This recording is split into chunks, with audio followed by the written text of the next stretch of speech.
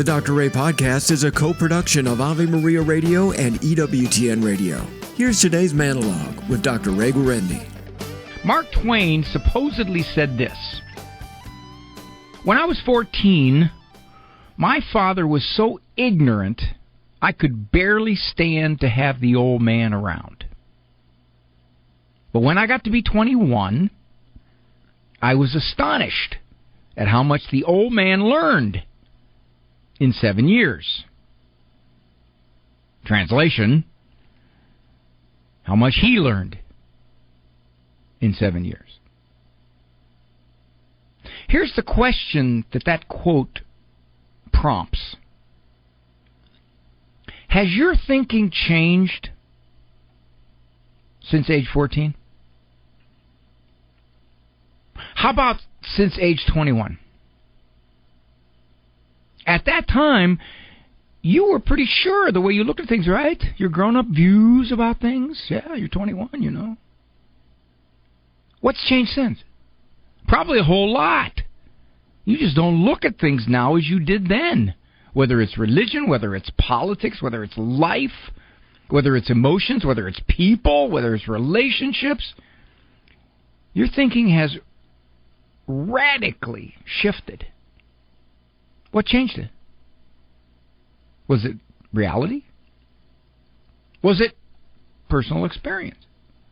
How about making mistakes? Listening to other people, even your old man? Your thinking changes all the time. So when people say to me, "I can't help it, that's the way I feel," I'm tempted to say, well wait, how did your thinking change from 20 years ago about all kinds of stuff?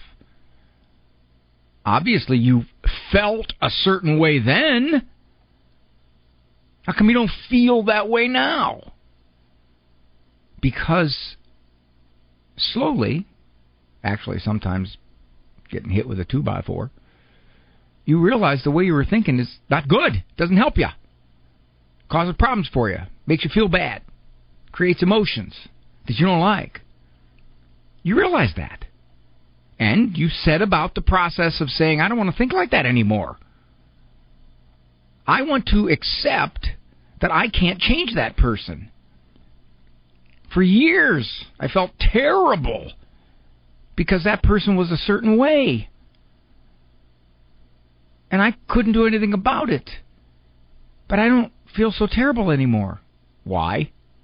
Well, I guess I've just accepted that I can't do anything about it. How'd you accept it? What did you do? It wasn't magic. You changed your thinking. You kept reinforcing to yourself, I can't do anything about that. In the beginning, you thought you could. And then later on, maybe you realized you couldn't, but you were upset, devastated, frustrated because you couldn't. Because you so wanted to change that other person. You were desperate to change that other person. There's got to be a way to change that other person. And then over time you realize, no, I can't. I tried. Every way I knew how. I even called that dude on the radio, Roy Ganoli. He said, "Are you sure you can change that person?" So you came to accept to your own peace that you can't do anything about that situation. Well, obviously, your emotions changed with it. You're not as disgruntled, you're not as unhappy, you're not as frustrated, you're not as ill at ease or lacking peace about the whole scenario. Because as you analyzed it, as you thought about it, as you reassessed it, ever so slowly, your thinking changed. And as your thinking changed, so did the feelings. They're not as burdensome anymore. You're not as hurt. You're not as devastated. Your thinking changed. It does that all the time.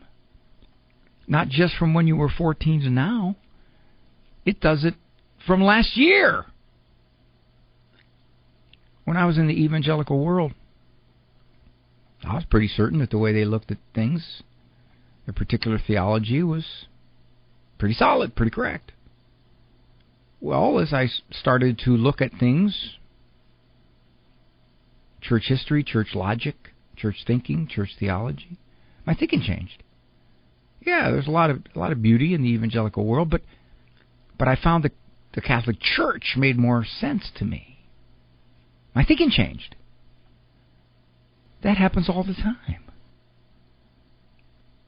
If you've got a kid who's 23 years old and flat out doesn't want to hear anything about religion, and you've been beating yourself up, where'd you fail? How'd you do this? What happened? You thought you were doing right. Maybe you weren't doing right. Maybe you missed something. Should have prayed the rosary in Aramaic, not English.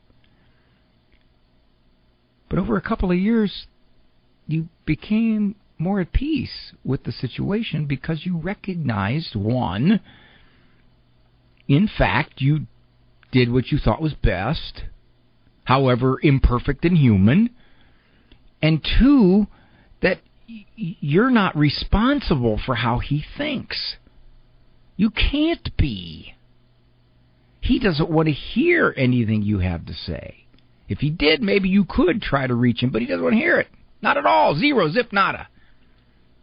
And ultimately, your feelings of self-defeat, self-deprecation, started to fade because your thinking changed. Feelings do not occur in a vacuum. They are fueled or tapered by the way we look at things. More of Dr. Ray's Monologues can be found on his website, drray.com. Monologues, as well as full-length programs of The Doctor Is In, can be heard at AveMariaRadio.net and EWTN.com/radio.